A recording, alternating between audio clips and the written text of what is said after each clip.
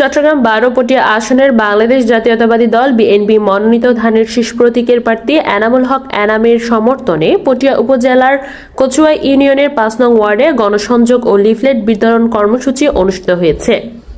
শুক্রবার 30 জানুয়ারি বিকেলে কচুয়া ইউনিয়ন 5 নং ওয়ার্ড বিএনপি এবং অঙ্গ ও সহযোগী সংগঠনের উদ্যোগে এই কর্মসূচি আয়োজন করা হয়।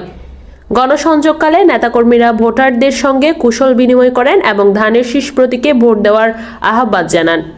এ সময় অতিথি ছিলেন পটিয়া উপজেলা পরিষদের সাবেক vice chairman Afroza Banu Julie, Kachua union বিএনপির সাবেক সভাপতি জাকির হোসেন মেম্বার, সাবেক সাধারণ সম্পাদক নুরুল আফসাদ চৌধুরী, সহ সভাপতি ইসহাক সওদাগর, সাবেক ছাত্রনেতা ও সফল ইপি সদস্য হিদুল আলম খান খোকন মেম্বার, মোহাম্মদ আবু নোমান নয়ন, মোহাম্মদ রফিক, স্বেচ্ছাসেবক দলের মাহমুদ সেলিম, যুবদল নেতা আরজু চৌধুরী, আব্দুর রহমান, বিএনপি নেতা মুজিব চৌধুরী, দিলদার চৌধুরী, মোহাম্মদ জাহেদ, যুবদল নেতা জিকু, সায়েদ গিয়াসউদ্দিন চৌধুরী, যুবদল নেতা জসিম, ছাত্রদল নেতা রাজু, যুবদল নেতা ফারুক সহ বিএনপি ও অঙ্গ সংগঠনের নেতাকর্মীরা।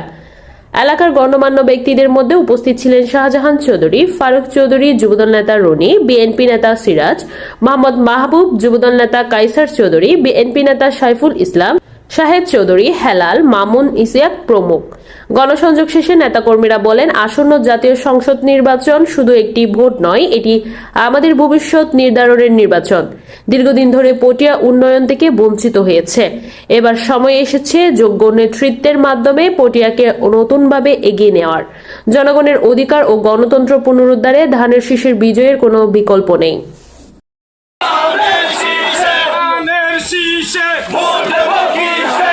তোমার মার্কা কি?